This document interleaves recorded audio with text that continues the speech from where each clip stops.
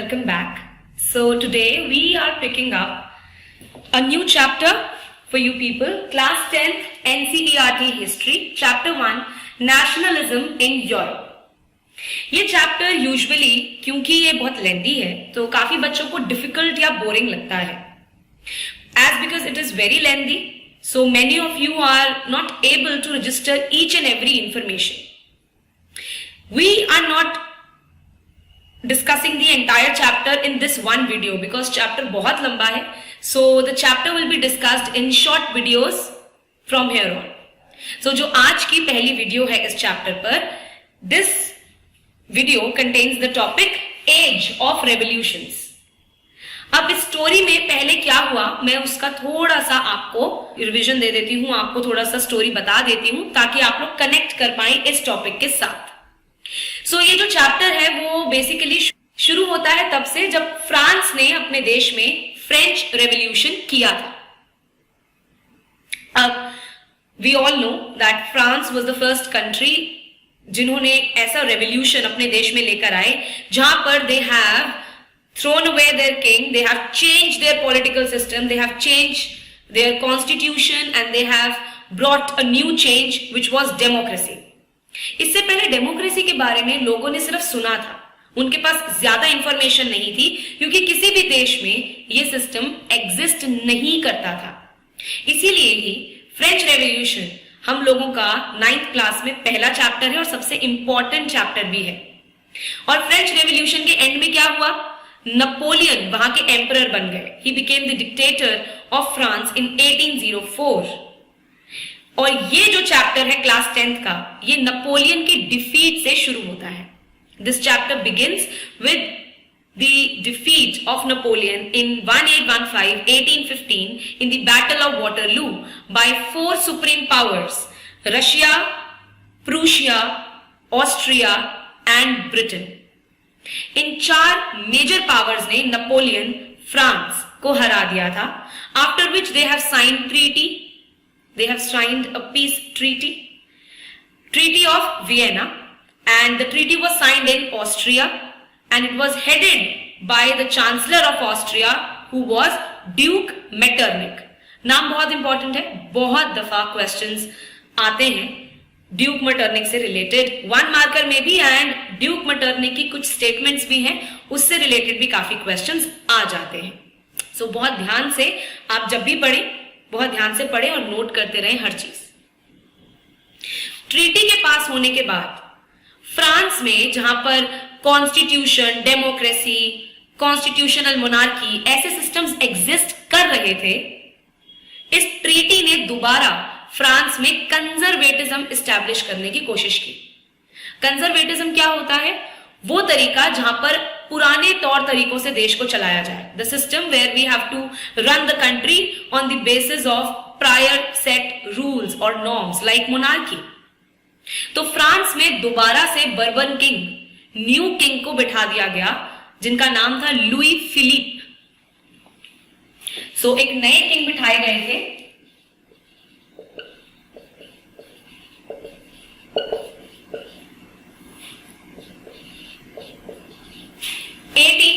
में जब नेपोलियन हार गए थे तो उसके बाद विनर कंट्रीज ने, वो जो 4 विनर कंट्रीज थी, उन्होंने लुई फिलिप को फ्रांस में दोबारा बिठा दिया था.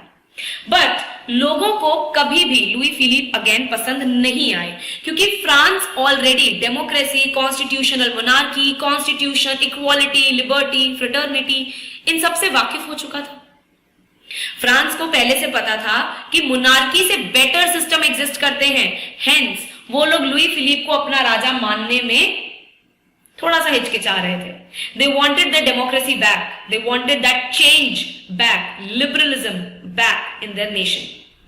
लुई फिलिप वैसे भी बहुत ज्यादा स्ट्रॉन्ग कंटेंडर नहीं थे. He was not a strong king, he was very weak and उनकी जो पॉलिसीज थी वो भी कुछ बेनिफिट एंड फ्रूटफुल नहीं रही थी फ्रांस के लिए. तो लुई फिलिप के अगेंस्ट भी बहुत ज्यादा रेवोल्यूशंस वगैरह शुरू हो गए थे और फ्रांस को देखकर दूसरी कंट्रीज ने भी रेवोल्यूशंस शुरू कर दिए थे कि हमें भी हमारे देश में चेंज चाहिए.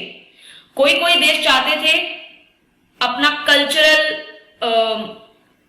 एक्यूमुलेशन, कि एक कंट्री हो, एक एक नेशन स्टेट हो जहां पर एक ही कल्चर, एक ही हिस्ट्री के लोग रहे, हर कल्चर हर हिस्ट्री के लोग मिक्सअप होके ना रहे।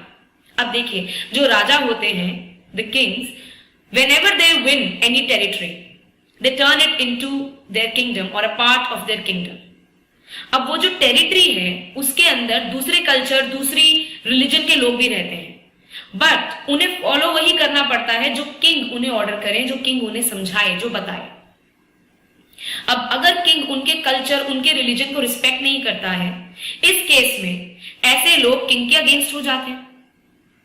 ऐसा इस टाइम पर, जब ये चैप्टर जिस टाइम को दर्शा रहा है, जिस टाइम पर बेस्ड है, ऐसा यहां पर बहुत बार हो रहा था।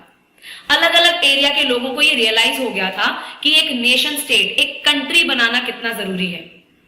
और ये कंट्री कैसी होगी, ये नेशन स्टेट कैसा होगा, ये एक पीस ऑफ लैंड होगा जिसकी बाउंड्री होगी, और इस बाउंड्री के अंदर सिर्फ वही लोग रहेंगे जो रिलीजियस, कल्चर, ट्रेडिशन या हिस्टोरिक बैकग्राउंड्स के बेसिस पर कॉमनैलिटी शेयर करते हैं, कुछ कॉमन चीजें शेयर करते हैं। तो बहुत सारे देश फ्रांस को देखकर अपने देश में चेंजेस लाना चाहते थे, इसीलिए जो ये टॉपिक है एज ऑफ रेवोल्यूशंस, ये उन कंट्रीज के छोटे छोटे रेवोल्यूशंस को कवर करता है, और आपकी इस चैप्टर का ये मेजर टॉपिक है। इसीलिए ये जो पर्टिकुलर टॉपिक रहेगा ये 2 वीडियोस में डिवाइडेड रहेगा। Okay, so keep an eye for the other video as well. So France में दोबारा से लुई फिलिप आ गए थे। लोग उन्हें बिल्कुल पसंद नहीं करते थे। फ्रांस में धीरे धीरे दोबारा प्रोटेस्ट होने लगे थे। फ्रांस में दोबारा से डेमोक्रेसी के चर्चे होने लगे थे। आफ्टर दैट फ्रांस में दोबारा से अपहीवल हुआ, दोबारा प्रोटेस्ट बहुत ज्यादा लेवल पर, बहुत ज्यादा ऑर्गेनाइज्ड वे में होने लगा, जहां पर राजा की पावर को हो गया खतरा। यह शुरू हुआ दोबारा से जुलाई 1813 में। आप देख सकते हो जुलाई 1813 में दोबारा से फ्रांस में रेवोल्यूशन जैसी सिचुएशंस आ गई थी। हम फ्रेंच रेवोल्यूशन सिर्फ 1789 को ही बोलते हैं, बट ये जो है ना जुलाई 1830 का, this is French upheaval against whom? Against Louis Philippe. Okay, so जुलाई 1830 से दोबारा से लुई फिलिप के अगेंस्ट इस बार मोर्चा शुरू हो गया था।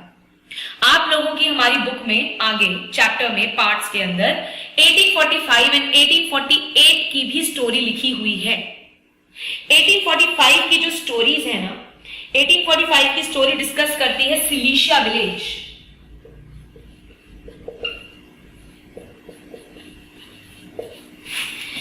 सिलीशिया विलेज की स्टोरी,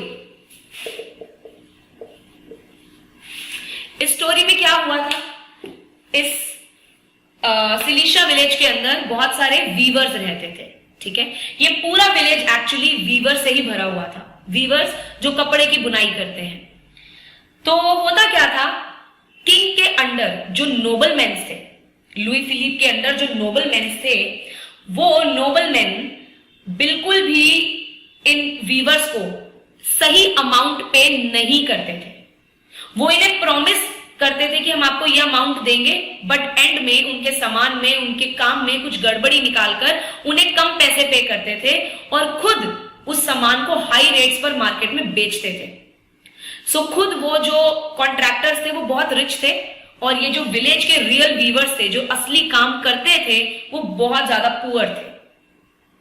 बट 1845 में these weavers had enough.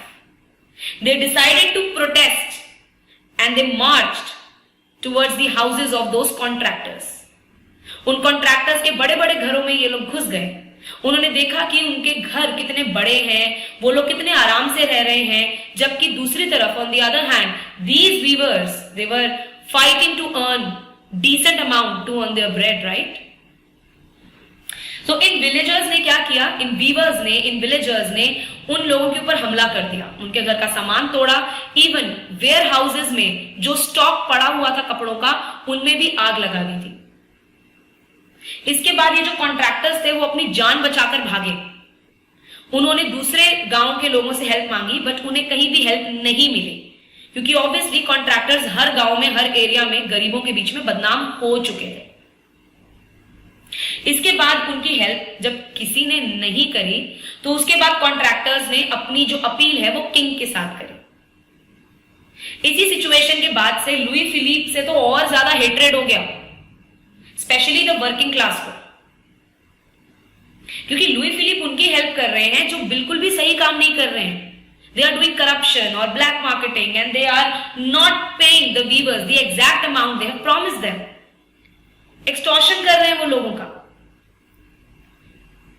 Already देश में डेमोक्रेसी के लिए तो नारे लग ही रहे थे, इस सिलीशिया विलेज की सिचुएशन ने उस प्रोटेस्ट को और ज्यादा आगे बढ़ा दिया। एंड फाइनली 1848 में ये प्रोटेस्ट इतना आगे बढ़ गया कि जो राजा की आर्मी थी, जो फ्रेंच आर्मी थी, उन्होंने लुई फिलिप से कहा कि सर आप इस देश से भाग जाइए प्लीज, हम इन लोगों को अब नहीं रोक पाएंगे। राजा के महल के बाहर बैरिकेडिंग लगा दी गई, रोड पर, सड़कों पर बैरिकेडिंग लगा दी गई ताकि लोगों को रोका जा सके। बट लोग इतने गुस्से में थे कि वो लोग बैरिकेडिंग से भी नहीं रुके।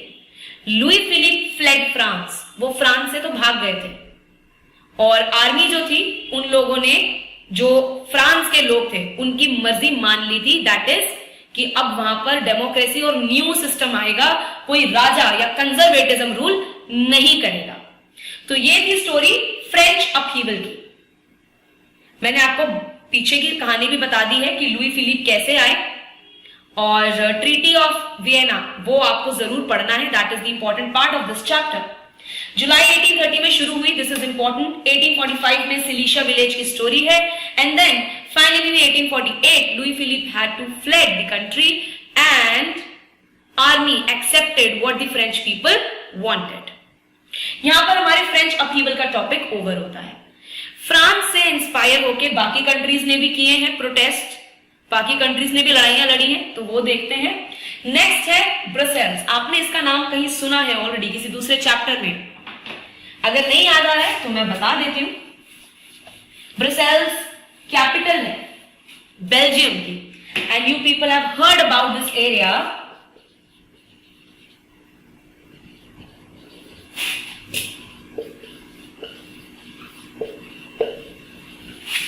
You people have heard about this area in your political science chapter 1, power sharing. Okay, so Brussels Belgium की कैपिटल है। बेल्जियम को एक ड्यूटी दी गई थी under treaty of Vienna. Belgium और नीदरलैंड्स दो कंट्रीज हैं ये, Belgium and Netherlands. Belgium and Netherlands की ड्यूटी थी to keep an eye on France, France पर नजर रखनी है ताकि फ्रांस दोबारा ये डेमोक्रेसी के झंडे ना गाड़ पाए, फ्रांस दोबारा प्रोटेस्ट वाला सिस्टम ना लाए, क्योंकि अगर फ्रांस ऐसा करेगा तो बाकी कंट्रीज ऑलरेडी इंस्पायर हो रही हैं, तो दूसरी कंट्रीज के राजा भी डर गए थे। इसीलिए they gave this duty to Netherlands and Belgium to keep an eye on French upheavals so that the French people could not again come up and fight for democracy and liberalism and everything, because these kings wanted their power to sustain. वो चाहते थे, राजा चाहते थे उनकी power बनी रहे, इसीलिए वो फ्रांस को ये प्रोटेस्ट करने से रोक रहे थे, क्योंकि फ्रांस प्रोटेस्ट करेगा तो बाकी देश भी इंस्पायर हो जाएंगे। तो बेल्जियम की ये ड्यूटी थी, बट नेदरलैंड और बेल्जियम की ड्यूटी के चलते नेदरलैंड ने बेल्जियम पर ही कब्जा कर लिया था। तो अब बेल्जियम पे कब्जा किया हुआ था, बट बेल्जियम का कल्चर और नेदरलैंड का कल्चर अलग अलग था। बेल्जियम के लोग नहीं चाहते थे कि वो नेदरलैंड्स के साथ ज्यादा रहें, और हम जानते हैं बेल्जियम के अंदर डच, फ्रेंच एंड कुछ 1% जर्मन पीपल रिसाइड करते थे, राइट। तो वो इसी वजह से था क्योंकि बेल्जियम फ्रांस और नेदरलैंड्स के बहुत पास में है। तो बेल्जियम अलग होना चाहता था किससे? नेदरलैंड ने। नेदरलैंड ने अपना एक न्यू नेम रखा हुआ था, that was United kingdom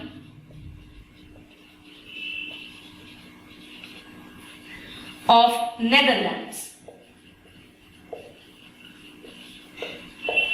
United kingdom of Netherlands.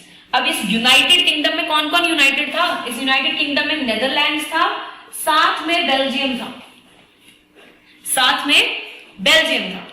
So Belgium को ये सिस्टम बिल्कुल पसंद नहीं था। They wanted to get away from Netherlands, वो अपनी अलग कंट्री चाहते थे। They wanted to make a boundary. So Brussels जो कैपिटल थी, वहां से प्रोटेस्ट शुरू हुए और उनके प्रोटेस्ट का नाम रखा गया जुलाई रेवोल्यूशन। अब इसका आपको ईयर एंड डेट आपकी बुक में स्पेसिफिकली नहीं दिया है, so you people can only learn it like July revolution, and ये ऑलमोस्ट सेम टाइमलाइन है, you can see that. Okay, so Brussels का जुलाई रेवोल्यूशन रहा है और वो सक्सेसफुल भी हुए थे नीदरलैंड से अलग होने में। So after the July revolution, when this revolution got completed, Brussels or Belgium as a country got separated from United Kingdom of Netherlands। तो यूनाइटेड किंगडम जो था नेदरलैंड्स का, वो यूनाइटेड नहीं रहा था, वो सिर्फ नेदरलैंड और बेल्जियम में डिवाइड हो गया था। तो यहां पर हमने 2 रेवोल्यूशंस के बारे में ऑलरेडी पढ़ लिया है। इसके बाद आता है अगला, जो कि है ग्रीस। नाउ ग्रीस एक बहुत ही फेमस एरिया रहा है हमेशा से ही, क्योंकि बड़े बड़े mathematicians, philosophers and even scientist are from Greece. Greece ने बहुत कुछ दिया है दुनिया को, ठीक है, नॉलेज वाइज। तो ग्रीस के ऊपर राज था उस टाइम, बहुत लोगों ने ग्रीस पे कब्जा किया है टाइम टू टाइम, ठीक है। तो यहां पर ग्रीस ने भी अपनी इंडिपेंडेंस के लिए फाइट शुरू करी थी। शुरू कब करी थी? 1821 में, ठीक है, और ये एंड कब हुई? 1832 में। और ग्रीस को जो चाहिए था वो उन्हें मिला, उन्हें उनकी इंडिपेंडेंस मिली थी, दे वर सक्सेसफुल। और इनका जो सक्सेस था वो एंड हुआ था ट्रीटी ऑफ कॉन्स्टेंटिनोपल। ये कॉन्स्टेंटिनोपल पहले एरिया एग्जिस्ट करता था, it was a mixture of area, but आज की डेट में ये एरिया एग्जिस्ट नहीं करता है। ये एरिया जो भी था कोलैबोरेटेड, ये एरिया डिवाइड हो चुके अलग अलग पार्ट में। तो इस ट्रीटी के अंदर ग्रीस को उनकी इंडिपेंडेंस मिल गई थी, जो कि 1821 में शुरू हुई, 1832 में खत्म हुई। ओके, सो ये थे हमारे फर्स्ट 3 रेवोल्यूशंस, जो कि ऑब्वियसली इंस्पायर्ड थे फ्रांस से भी, जिन्होंने अपनी फ्रेंच रेवोल्यूशन 1789 में किया था। इसके बाद आता है नेक्स्ट पोलैंड का, और पोलैंड का इस वीडियो के लिए लास्ट टॉपिक भी रहेगा। I don't want video to get very lengthy and boring for you people, तो हम 4 करेंगे, आप उसे रिवाइज कीजिएगा, and when we will be back with the video I will be covering up next topics, next mentioned countries with their revolutions. Okay, so Poland के ऊपर राज रहा है रशिया का। रशिया यूजुअली बहुत ही ज्यादा स्ट्रिक्ट रूलर रही है हमेशा, क्योंकि रशिया ने जब भी राज किया है उन्होंने अपने आसपास के एरिया पे राज किया है, और रशिया ने हमेशा कोशिश की है कि जिस कंट्री पे वो रूल करती हैं, रशिया उस कंट्रीज के कल्चर को डिस्ट्रॉय करने की कोशिश करती थी। ऐसा क्यों? देखो, जब उनका अलग कल्चर होगा, जब उनका अलग ट्रेडिशन होगा या रिलीजन होगा, तभी तो वो लोग प्रोटेस्ट करेंगे कि भाई हम अलग हैं, हमें अलग करो, हमें इंडिपेंडेंस दो। अगर रशिया उन्हें अपने जैसा ही बना देगा तो क्या कोई प्रोटेस्ट करेगा? ठीक है, तो ये उनका एक ट्रिक रहा है, बहुत ही हाई लेवल थिंकिंग, बट हाँ, ये उनकी कोशिश थी। उन्होंने पोलैंड के लोगों को उनका कल्चर, उनकी लैंग्वेज, उनका ट्रेडिशन यूज करने से ओपनली, इवन इंटरनली भी मना कर दिया था, बैन कर दिया था। अगर पोलैंड के लोग अपने एरिया में अपनी भाषा में बात करते थे तो उन्हें जेल कर दी जाती थी। Russia was so strict with their rules. लेकिन पोलैंड के लोगों ने एक तरीका अपनाया, और वो तरीका था रोमांटिसिज्म।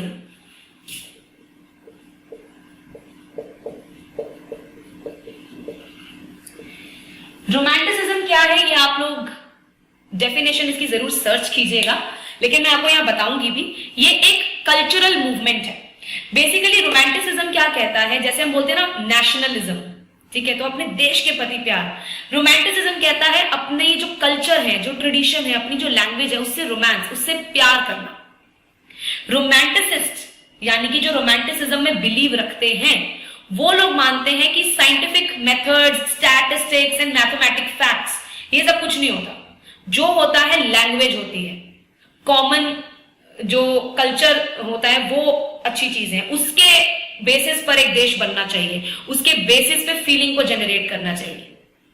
सो रोमांटिसिज्म क्या था? It was a cultural movement जो कि कल्चर को, एक एरिया के ट्रेडिशन को या एक कम्युनिटी की लैंग्वेज को सपोर्ट करने के लिए बनी हुई है। इस मूवमेंट के अंदर क्या करना था, अपने कल्चर, ट्रेडिशन, लैंग्वेज या फिर अपनी जो हिस्ट्री है उसके लिए प्राउड फील करना था और उसको जिंदा रखना था किसी ना किसी तरीके से। और पोलैंड के लोगों ने वही किया।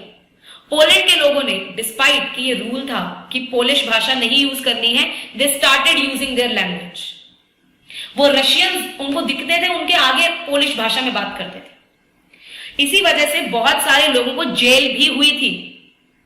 पोलैंड के बहुत सारे फादर्स, चर्चमैन, बहुत सारे चर्चमैन को